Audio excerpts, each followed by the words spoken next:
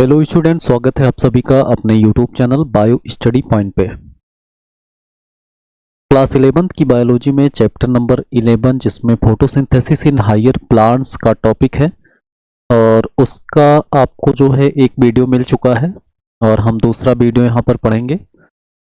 देखिए, हम जो है यहाँ पर historical summary of early research on photosynthesis पढ़ेंगे।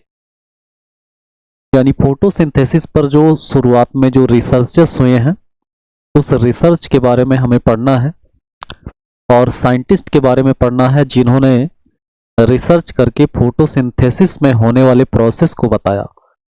देखिए, सबसे पहले बात आती है 1727 में। यहाँ पर नाम आएगा किसका, तो ये स्टीफन हेल्स हैं। और आपको बता दें, स्टीफन हेल्स को जो है किस नाम से जानते हैं या किस लिए ये फेमस हैं, तो यहाँ पे फादर ऑफ प्लांट फिजियोलॉजी है। ये फादर ऑफ प्लांट फिजियोलॉजी,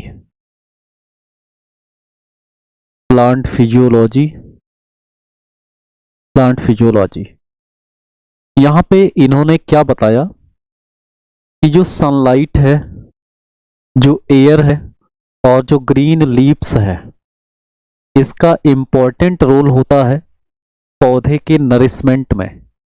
यानी पौधा जब अपना पोषण लेता है या जब अपना भोजन बनाता है तो भोजन बनाने में सनलाइट का, एयर का और ग्रीन लीव्स का इम्पोर्टेंस होता है, ऐसा इन्होंने बताया। उसके बाद अगला हम देखते हैं यहाँ पे जोसेफ प्रिस्टले। जोसेफ प्रिस्टले ने, आपने देखा होगा कि इन्होंने काम किया था किस प्लांट पर, तो आप कहोगे मिंट प्लांट पे। मिंट प्लांट पे काम किया था और इन्होंने किसका कॉन्सेप्ट दिया था, फ्लोगिस्टोन यानी फॉल एयर या दूषित हवा कहते हैं, डी फ्लोगिस्टोन मतलब प्योर एयर, इसका कॉन्सेप्ट दिया था। और इन्होंने ऑक्सीजन की डिस्कवरी भी की थी। जोसेफ प्रिस्टले ने ऑक्सीजन की डिस्कवरी भी की थी। और यहाँ पे ये भी बताया, मिंट प्लांट पर इन्होंने जब एक्सपेरिमेंट किया तो इन्होंने ये प्रूव किया कि जो फाउल एयर है या जो फ्लोगिस्टोन या आप कहोगे दूषित एयर है, उसको प्योर करने के लिए मिंट प्लांट का रोल होता है। क्योंकि मिंट प्लांट जो है वो एयर को प्योर कर देते हैं। कैसे प्योर करते हैं, ऑक्सीजन को रिलीज करके फोटोसिंथेसिस की प्रक्रिया में। तो इनका एक्सपेरिमेंट आप पहले वीडियो में पढ़ चुके हैं। चलिए, अगला क्या नाम आता है यहाँ पे, ये जॉन इंजन हाउसेज का नाम आता है। देखो, 1779 ईस्वी में इनका फेमस एक्सपेरिमेंट आप देखेंगे यहाँ पे। देखो, इन्होंने कंफर्म किया कि जो प्यूरिफिकेशन ऑफ एयर है वो किसके द्वारा किया जाता है, तो ग्रीन प्लांट्स के द्वारा, only in the presence of sunlight. मतलब इन्होंने क्या कंफर्म किया, तो इन्होंने कंफर्म किया कि जो प्यूरिफिकेशन होता है एयर का ग्रीन प्लांट्स के द्वारा, वो केवल सनलाइट के प्रेजेंस में ही होता है। देखो, इन्होंने क्या एक्सपेरिमेंट किया, यहाँ पे आप देखो, इन्होंने एक जार लिया और जार में एक एक्वेटिक प्लांट यहाँ पर ग्रो कराया। यानी यहाँ पर कैसा प्लांट लिया इन्होंने, एक्वेटिक प्लांट। एक्वेटिक प्लांट, यहाँ देखो 2 जार है, 2 जार। और इस जार में आप देखोगे कि एक जार को इन्होंने कहां पर रखा, डार्क रूम में रखा, और दूसरे जार को इन्होंने क्या रखा, कहां पर, ब्राइट लाइट में रखा। अब देखो, जो ब्राइट लाइट पड़ रही थी सनलाइट की, उस ब्राइट लाइट के प्रेजेंट में जो ग्रीन प्लांट्स था या जो एक्वेटिक प्लांट्स था वो फोटोसिंथेसिस कर रहा था और क्या निकाल रहा था, बबल्स। बबल्स यानी ऑक्सीजन निकाल रहा था। जो बबल्स यहां पर निकल रहा था वो क्या था, ऑक्सीजन। जबकि डार्क रूम में रखा हुआ जो प्लांट था या जो जार था उसमें ऑक्सीजन के बबल्स जो है वो नहीं पाए जाते थे। इसलिए यहां पर यह बताया गया कि जो ग्रीन प्लांट्स होते हैं वो ऑक्सीजन तभी निकालेंगे जब वहां पर क्या प्रेजेंट होगा, सनलाइट प्रेजेंट होगा। तो ये प्रूव करके किसने बताया, तो जॉन इंजन हाउसर ने। तो इनका नाम आप याद रखेंगे और इनके एक्सपेरिमेंट को याद रखेंगे। यहाँ सीधा सा फिनोमेना है कि जो ऑक्सीजन है वो तभी निकलेगा जब सनलाइट प्रेजेंट होगा।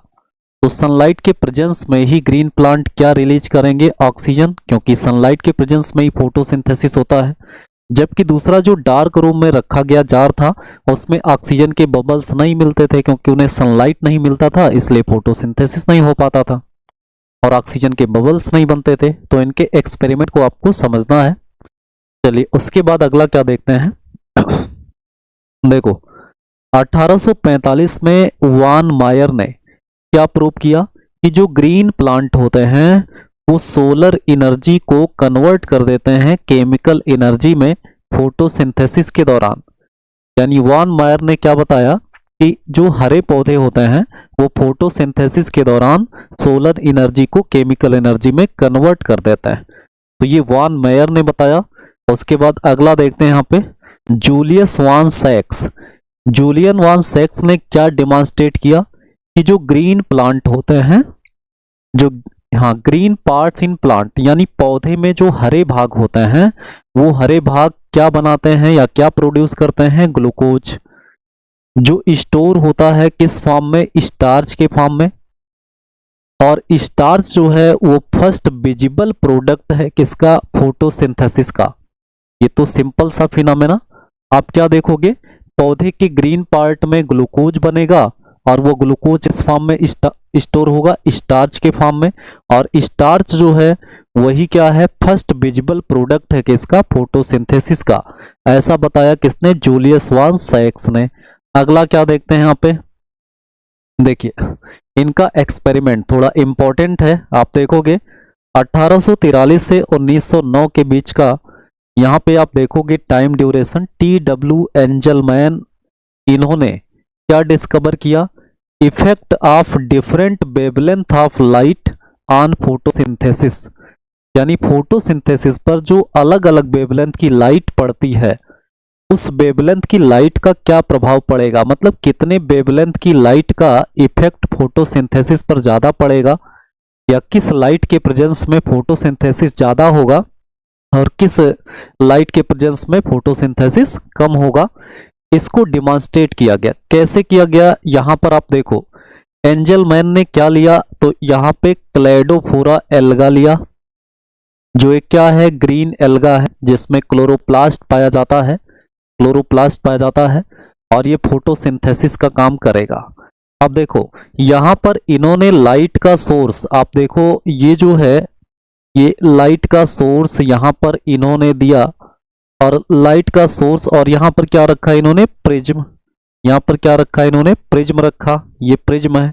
प्रिज्म ने क्या किया कि इस लाइट को अलग अलग कलर या अलग अलग वेवलेंथ में क्या कर दिया? स्प्लिट कर दिया। अब स्प्लिट करके आपने देखा कि यहां पर ये ब्लू लाइट, आपने क्या देखा इधर, ये जो है ब्लू लाइट इधर हो गया, ब्लू कलर का लाइट, और इधर का लाइट क्या हो गया? तो ये रेड लाइट हो गया। ये क्या हो गया? रेड लाइट हो गया। और बीच में अदर कलर के लाइट यहां पर मिले आपको। अब देखो जब ये लाइट पड़ता है किस पर? क्लेडोफोरा पर। और इन्होंने एरोबिक बैक्टीरिया भी लिया। एरोबिक बैक्टीरिया को किस लिए लिया होगा? तो एरोबिक बैक्टीरिया को ये डिटेक्ट करने के लिए लिया होगा या लिया था कि अगर ऑक्सीजन जहां पर ज्यादा निकलेगी वहां पर एरोबिक बैक्टीरिया पाए जाएंगे, जहां पर ऑक्सीजन कम निकलेगी वहां पर एरोबिक बैक्टीरिया नहीं पाए जाएंगे, क्योंकि एरोबिक बैक्टीरिया को किसकी जरूरत होती है? ऑक्सीजन की। और क्लेडोफोरा में जब फोटोसिंथेसिस होगा तो ये क्या करेगा? ऑक्सीजन इमिट करेगा, ऑक्सीजन निकालेगा। और देखो किस लाइट के प्रेजेंस में ज्यादा ऑक्सीजन यानी ज्यादा फोटोसिंथेसिस हो रहा है? तो यहां देखो ये जो ब्लू लाइट का एरिया है इतना, ये जो ब्लू लाइट का एरिया है, इस ब्लू लाइट के एरिया में जो क्लेडोफोरा का सेल है वो ज्यादा ऑक्सीजन इमिट कर रहा है। ज्यादा ऑक्सीजन क्यों हम कह रहे हैं? क्योंकि इस एरिया में क्या पाए जा रहे हैं? एरोबिक बैक्टीरिया यहां मिल रहे हैं। एरोबिक बैक्टीरिया का पॉपुलेशन इस एरिया में ज्यादा है क्योंकि यहां ज्यादा ऑक्सीजन मिल रहा है। ज्यादा ऑक्सीजन मिलने का मतलब कि जो ब्लू कलर का लाइट है उस लाइट के प्रेजेंस में फोटोसिंथेसिस ज्यादा हो रहा है। फोटोसिंथेसिस क्या हो रहा है? ज्यादा हो रहा है। जबकि यहां देखो ये जो रेड लाइट वाला एरिया है, इतना एरिया, इस एरिया में आप देखोगे रेड लाइट के पड़ने पर भी फोटोसिंथेसिस ज्यादा हो रहा है। इसलिए O2 क्या है यहाँ पर ज्यादा अमाउंट में निकलेंगे, और जो एरोबिक बैक्टीरिया हैं वो भी कहाँ यहाँ पर ज्यादा मिलेंगे।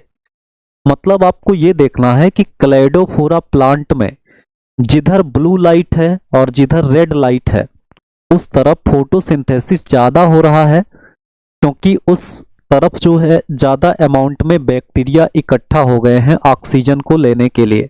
जबकि अदर कलर का जो लाइट है उस लाइट के पड़ने पर फोटोसिंथेसिस का रेट क्या हो रहा है, यहाँ पर कम हो रहा है, कम ऑक्सीजन निकल रहा है।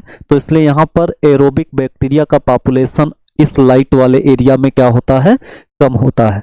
तो इससे क्या प्रूव होता है कि मोस्टली जो फोटोसिंथेसिस होता है वो ब्लू लाइट में होगा और रेड लाइट में होगा। तो ब्लू लाइट और रेड लाइट के प्रेजेंस में फोटोसिंथेसिस का रेट हाई होता है और ज्यादा O2 इमिट होता है, ऐसा यहां पर प्रूव किया गया। तो एंजलमैन का एक्सपेरिमेंट आपको याद रखना है। इन्होंने प्रिज्म के द्वारा फोटोसिंथेसिस एक्शन स्पेक्ट्रम को भी डिस्कवर किया, तो इस चीज को भी आप याद रखेंगे। देखो अगला हम क्या पढ़ते हैं, 1905 में ब्लैकमैन ने क्या प्रपोज किया। देखो इन्होंने लिमिटिंग फैक्टर का लॉ प्रपोज किया। जब हम आगे फोटोसिंथेसिस को फैक्टर के रूप में पढ़ेंगे, मतलब कौन कौन से फैक्टर होंगे, तो वहां पर आपको लिमिटिंग फैक्टर्स के बारे में पढ़ना है। तो इसकी डिस्कवरी ब्लैकमैन ने की थी, और इन्होंने क्या प्रपोज किया कि occurrence of dark phase in photosynthesis. इन्होंने ये बताया कि फोटोसिंथेसिस में एक डार्क फेज भी होता है। डार्क फेज का मतलब क्या होगा, एक ऐसा फेज होता है जिसमें लाइट की जरूरत ही नहीं पड़ती है, जिसको आप डार्क रिएक्शन बोलते हो।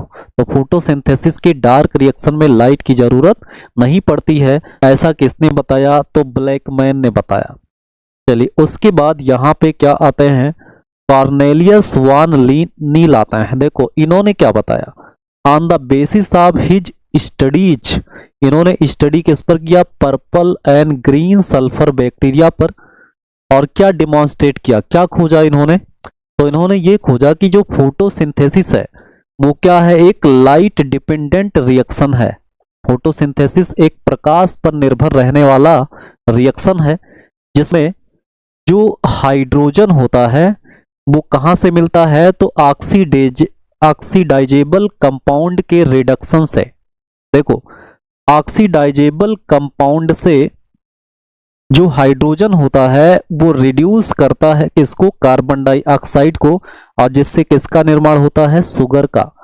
आप क्या समझोगे, आप ये समझोगे कि एक ऑक्सीडाइजेबल कंपाउंड होगा जिससे हाइड्रोजन निकलेगा, और वो हाइड्रोजन रिड्यूस करेगा CO2 को, जिससे शुगर का निर्माण होगा। जैसे यहां पर देखो, यहाँ पे 2H2A है।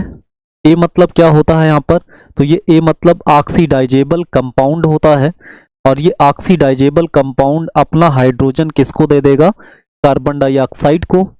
तो यहाँ पे अपना ऑक्सीजन, मतलब यहाँ पे क्या देखोगे, ये जो A है, A का मतलब क्या हो जाएगा यहाँ पर, ये ऑक्सीडाइजेबल कंपाउंड है, तो ये अपना हाइड्रोजन किसको दे देगा, CO2 को, और जिससे यहाँ पर किसका निर्माण हो जाएगा, ग्लूकोज का। तो ये जो है आपको समझना है, किसने बताया, कॉर्नेलियस वान नील ने बताया कि ऑक्सीडाइजेबल कंपाउंड जो होता है उससे जो हाइड्रोजन निकलेगा, उस हाइड्रोजन के द्वारा यहाँ पे कार्बन डाइऑक्साइड को रिड्यूस करके शुगर बनाया जाएगा। अगला क्या देखते हैं इसमें, देखो रूबेन एंड कैमन ने, इन्होंने सबसे पहले बताया कि जो फोटोसिंथेसिस के दौरान ऑक्सीजन निकलता है वो ऑक्सीजन H2O का कंपोनेंट होता है, ना कि CO2 का। मतलब इन्होंने इसके लिए क्या यूज किया, O18 यूज किया। तो यहाँ पे ऑक्सीजन का क्या है, ये रेडियो आइसोटोप है। आप देखो यहाँ पे 6 CO2 में O16 है और 12 H2O में O18 है।